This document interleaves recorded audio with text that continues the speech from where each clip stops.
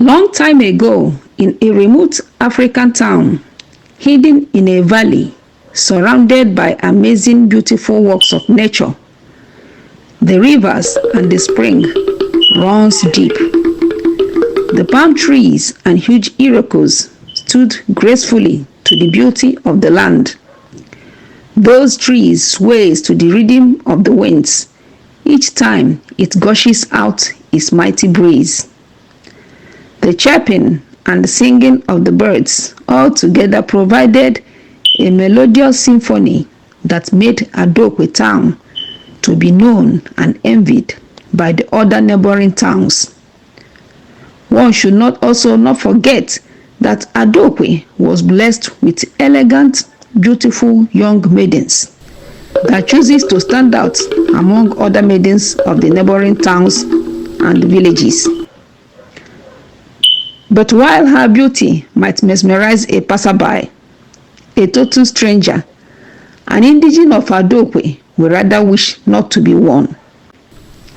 From the outside looking, the town looks pleasant, great from far away, but there is something that was hidden from outsiders' eyes. There's something strange about Adok land, something horrific, a curse, if I may say, an abomination, evil, slavery, there's death in Adok town. Adok land has continually spilled innocent blood. The people of Adok are in great pain, in bondage and unending suffering that had cast its shadows in the once peaceful and prosperous land of Adok. For there was a time when Adok was known for its peaceful living. During those times, Adok people prospered. There were just men that would rather die than adhere to evil. Men loved and protected both their wives and children. There was order and serenity. There was the fear of tradition. There was always a moment of celebration. Occasionally, for young maidens were happily married and given to marriage according to tradition. This was what Adok town was once known for, before everything came tumbling down when the just king of Adok, King Obelu, passed and another king was enthroned. King Obelu, while alive, was a just man that walked according to the ordinances of his fathers before him. He was a man that had reverence to God and his tradition. Being of royal blood, he fully understood what it meant to walk justified in the eyes of the people and his tradition. While he was alive, his people were happy and prospered under his reign. Everything changed when he died and another king took over. A king that came unannounced. A king that happened to become a king by chance. Not that he is from a royal blood, but their ancestors has decided to show him mercy. King Nwadiala Ikpeama. King Ikpeama came from a humble family. Both of his parents were peasant farmers. The father was a kind and humble man. Regardless of what he had endured and seen in life, he had never for one day advised his son wrongly. He was that kind of man that has endured much disrespect and spite from men that parade themselves like heroes in the village.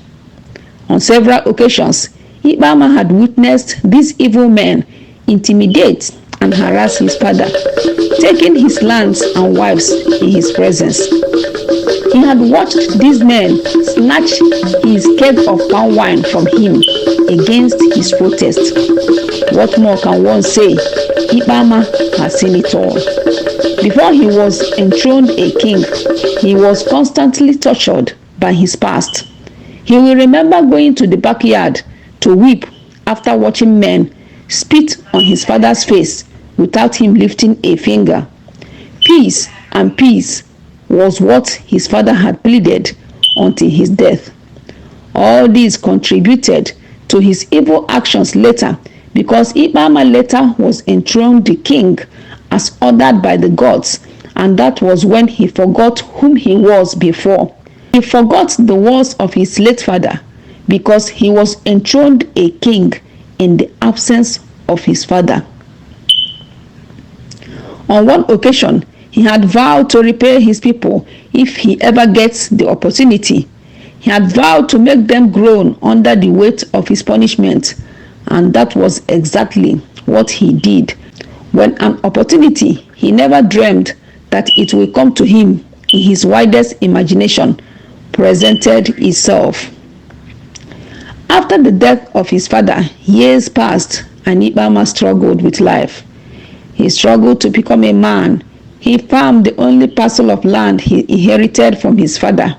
Ikpeama always kept to himself in order to avoid being insulted for his inability to stand on his feet. He hardly had time for pleasure.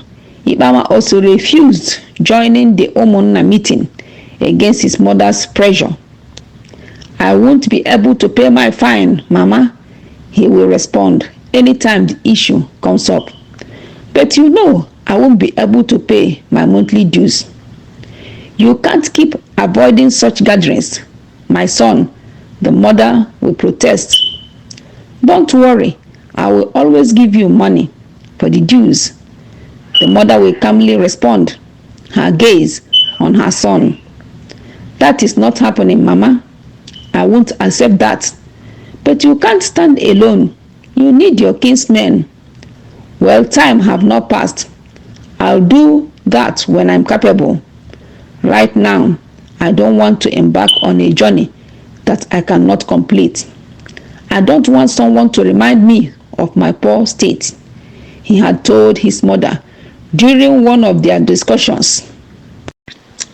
Ikpe refused to join, but after much pressure from his mother, he decided to join in one of the meetings, and as was expected, trouble arose. During the roll calls, one of his kinsmen has risen and demanded that they calculate the years missed by Ikpe for him to update his monthly due, starting from the years he was eligible to join. His statement was not taken lightly by the others, as everyone's eyebrows rose in curiosity.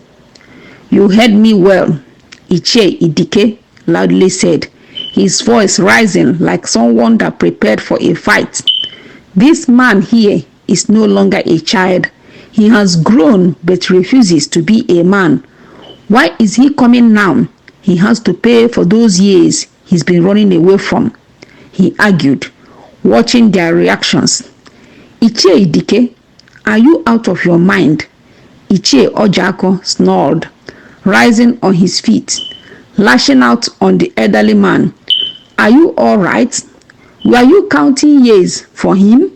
Ichie added, fuming with anger. "What is he talking about, my people?" he furiously said as he ran his gaze in their faces, searching for their approval. "No, no, no. Nwa mmụọ emegbukwala nwa mmadụ, ma nwa mmadụ emegbula nwa mmụọ." And that was how the truthful among them fought for Ikpeama that very day, as he sat quietly in a corner, trying hard to suppress his tears. And that was how Ikpeama continued to struggle. He was not getting any younger, but he has refused to get married, and the mother once again was on his neck. Ikpe later saved up some money from his wine tapping business and took his mother and other two elders who had agreed to follow him to perform the marriage rites as tradition demands. Others, like his uncle, who could have represented his father, has refused to go with him, saying that Ikpeama is a disgrace to men. "I cannot accompany you to pay a woman's bride price with 2 kegs of palm wine for fear," his uncle has vehemently lashed out the day Ikpeama visited him and told him his intentions to accompany him to his in-laws. "Adịghị m eji iji ihere, inugo? When you are ready as a man, I will know." And that was how the matter was closed. Ikpe swallowed hard the insult, took the people with him and went ahead to pay his wife-to-be dowry. And a year after getting married, Ikpeama was blessed with a child, and things gradually began to change. He felt more peaceful having a family of his own. The addition of a newborn baby girl had stopped it all. He began to receive favor from people. He was gifted with yam seedlings from one of his kinsmen, and it helped him cultivate in a larger scale enough to take care of his mother and his immediate family. And life continues until one day. A day that started like every other day they have lived together. It was in the late hours of the morning, and Ikpeama had decided to help out his family with extracting palm oil. It is a tedious work and mostly done by women, but that day he decided to help out. He was in the traditional mortar, kneading the palm fruit with his feet, when his uncle Idike hastily walked in and stopped, watching Ikpeama in disbelief. On seeing Ikpeama kneading the palm fruit instead of his wife, he felt disgusted and decided to pour his venom on him. "Why am I not surprised?" he quickly said, drawing closer to Ikpeama. "Haven't you degraded yourself enough, Ikpeama?" he yelled on top of his voice, all the veins in his neck standing out. "How can you allow women to run your life?"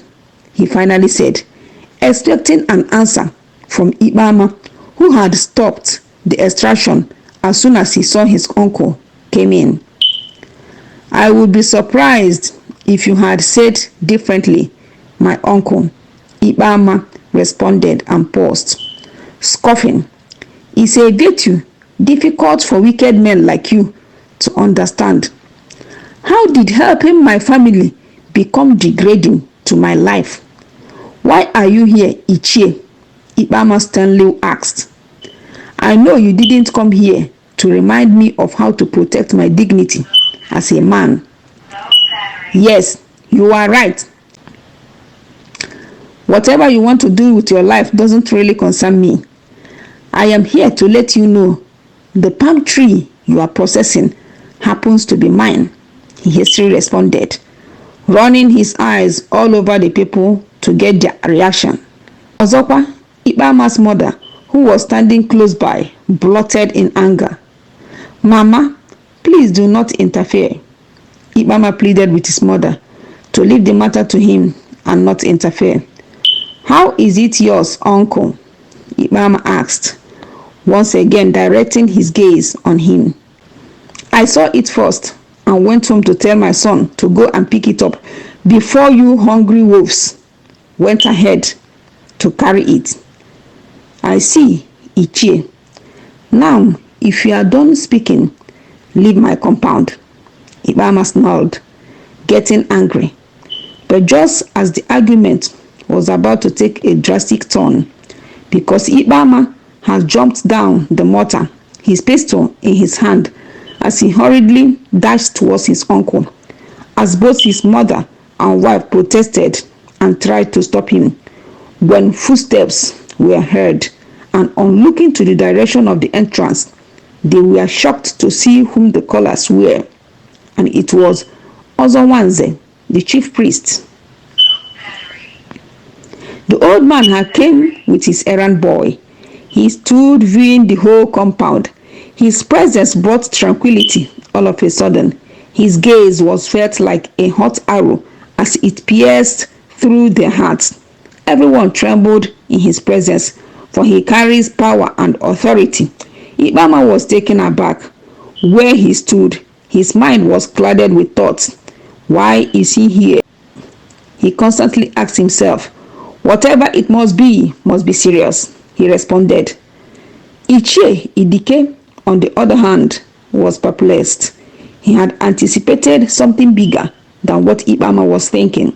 His troubled looks had said it all, and just as Ikpeama was about opening his mouth to speak, the old man walked majestically towards him and halted.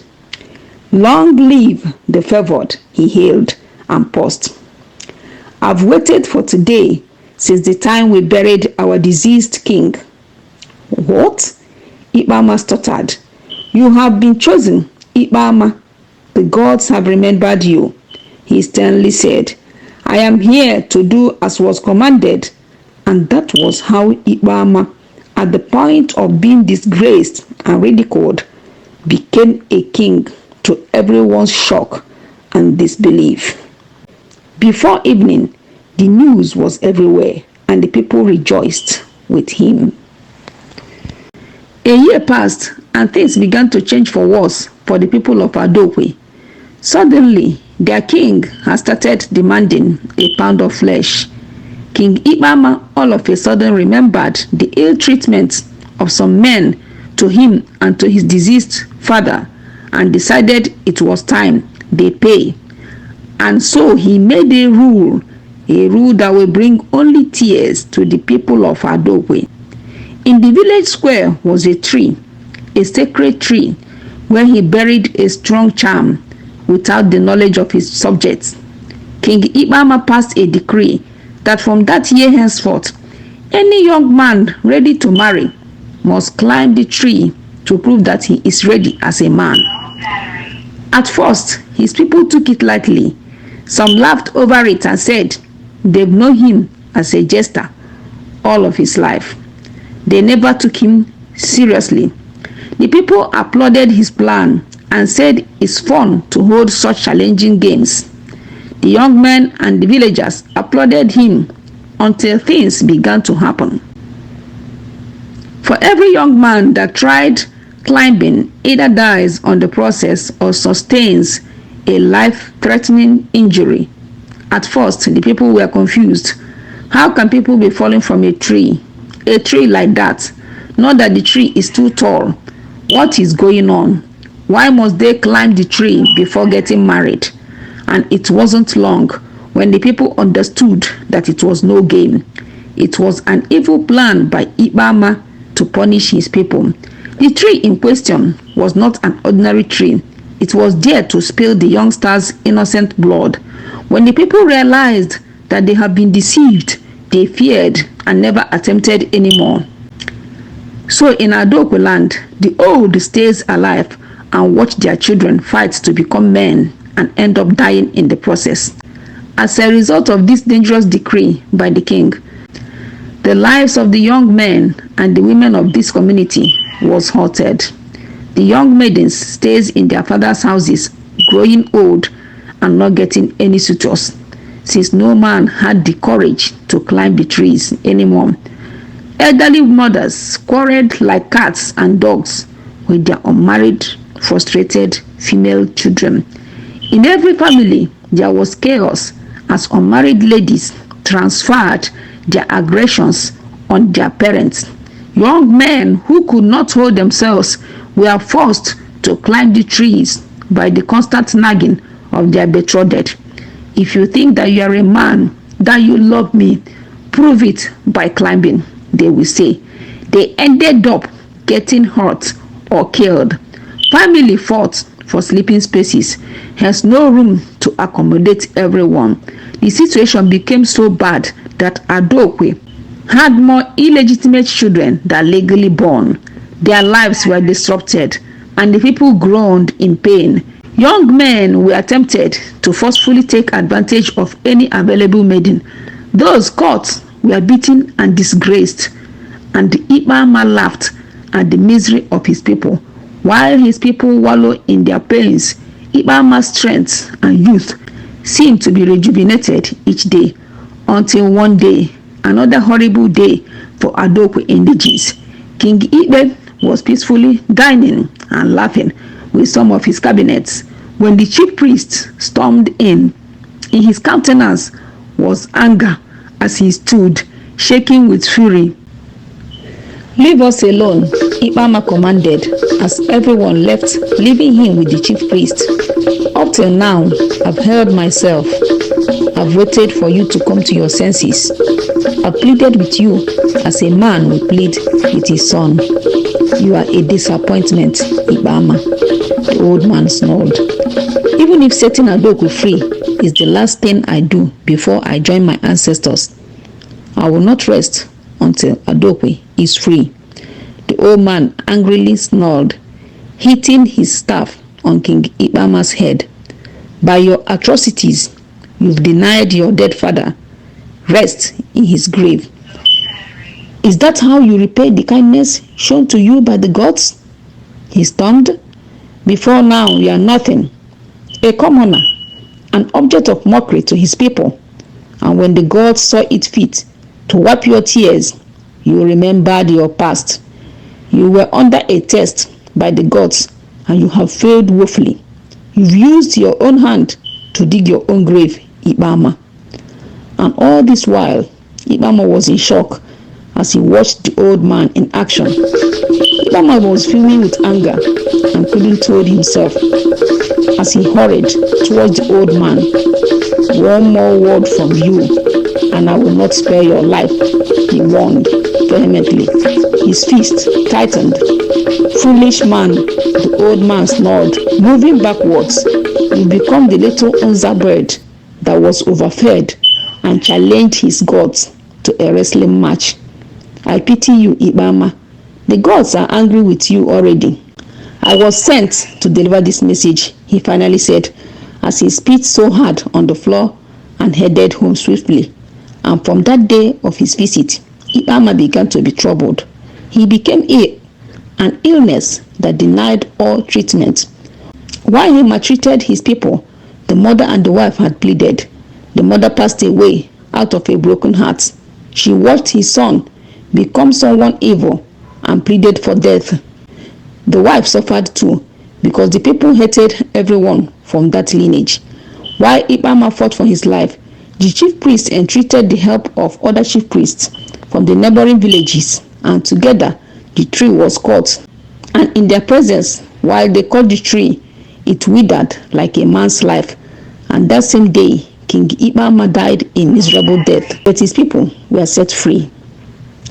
When the way of a man pleases God, he will make him to be at peace with his enemies. Why would one opt for revenge when God has lifted you up? Ikpeama was lifted, but he was blinded by revenge. Most people lose their blessings while seeking for revenge. Always pursue peace. Vengeance belongs to God. You lose when you continued fighting after receiving mercy. The end. Please, if you like this video, subscribe, share it to your family members, put on your notification bell so that you get notified once I upload another video like this. Thank you so much, and God bless. Bye.